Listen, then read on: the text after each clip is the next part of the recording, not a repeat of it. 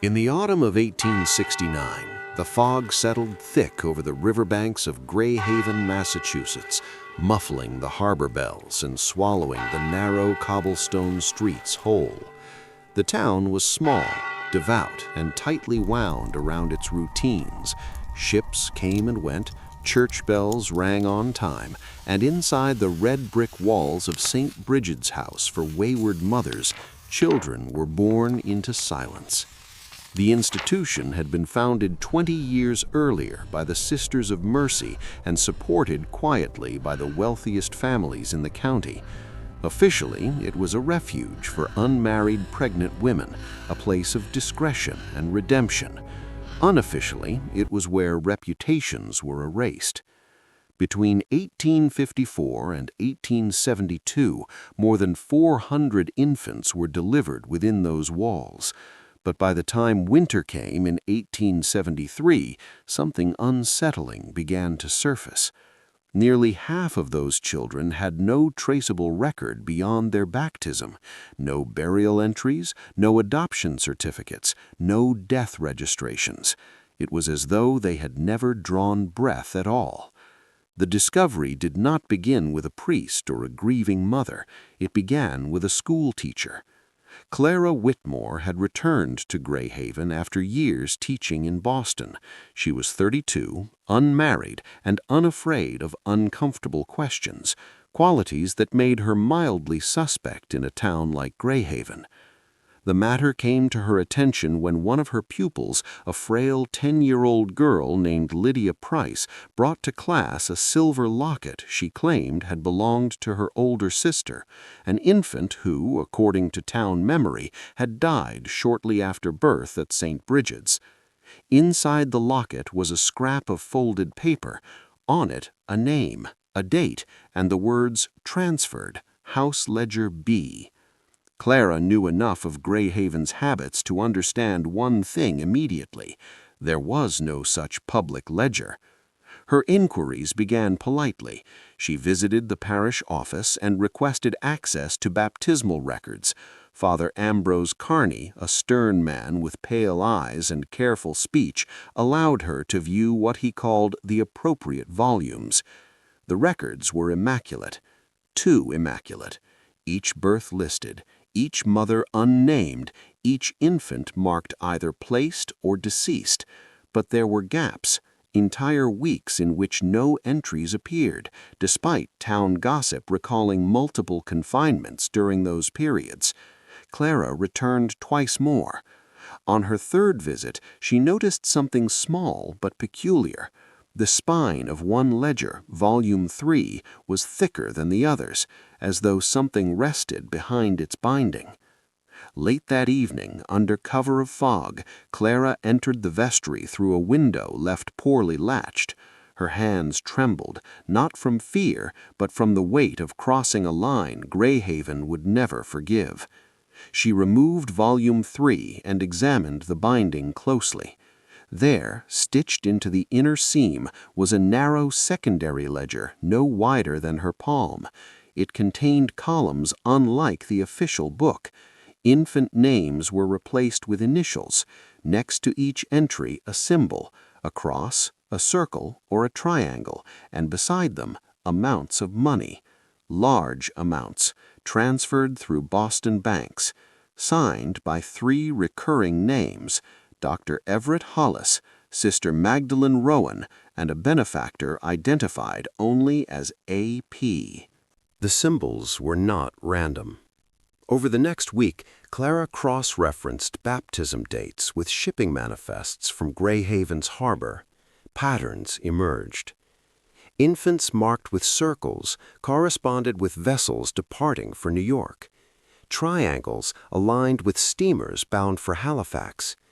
The crosses, always followed by the word disposition, appeared only during winters, and those entries stopped abruptly in 1866.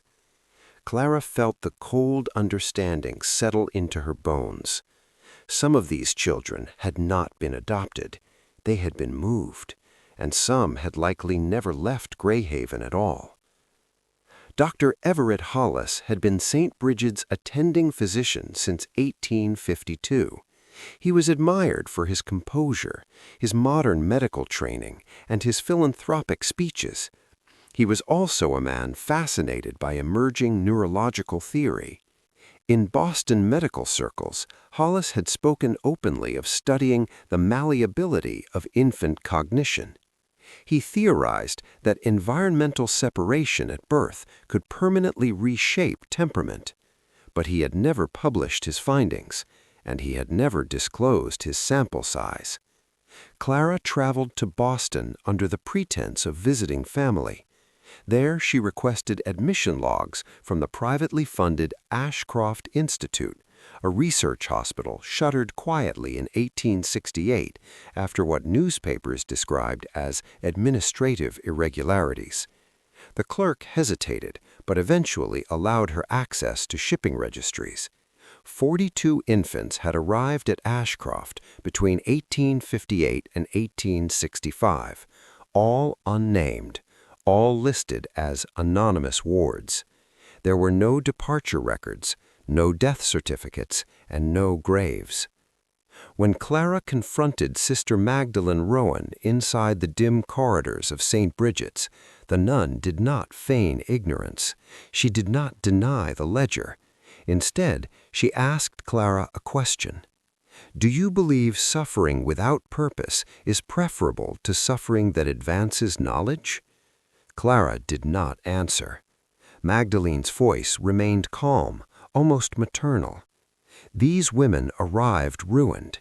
Their children would have starved. Instead, they were given to science, to families of means, to futures beyond shame. "And those marked with crosses?" Clara asked quietly. Magdalene's silence lasted too long. By early spring of 1874, Clara's investigation had drawn quiet attention. A dock worker approached her after Sunday service, claiming he had once unloaded crates labeled medical specimens from a Boston steamer. The crates had been unusually small. Another woman confessed that her newborn, declared stillborn in 1863, had never been shown to her before burial. Clara compiled affidavits. She copied the hidden ledger by hand, and she prepared a report addressed not to Greyhaven, but to the Massachusetts Attorney General. The backlash was swift. Father Kearney denounced her from the pulpit as a disruptor of sacred charity. Newspapers called her claims hysterical. The Sisters of Mercy withdrew educational funding from her school. Parents removed their children from her classroom. And one evening, her boarding room was ransacked. The copied ledger pages were gone. But Clara had anticipated that. She had already mailed duplicates to Boston. What followed was not a public trial, but a quiet unraveling. Dr. Everett Hollis resigned from his hospital post and departed for Europe within weeks. Sister Magdalene was reassigned to a rural convent in Vermont. Father Kearney retired unexpectedly. St. Bridget's house closed its maternity ward by autumn. No official charges were ever filed. No graves were exhumed. No institutions admitted wrongdoing. The Attorney General's office issued a brief statement acknowledging record-keeping inconsistencies, but found no evidence of criminal misconduct. The Ashcroft Institute burned in a suspicious fire 2 months later.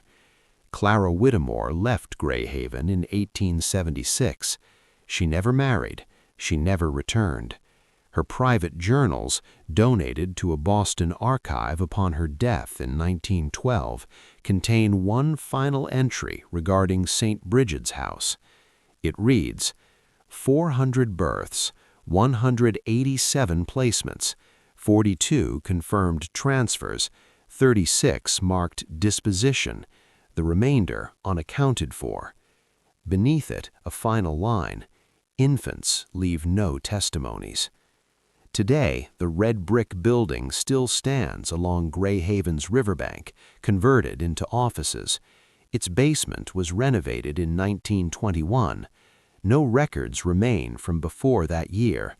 But if one walks the shoreline at dusk, locals say the fog carries a peculiar echo, not of bells, not of ships, but something smaller, something almost like breath, because history does not always bury its secrets beneath earth.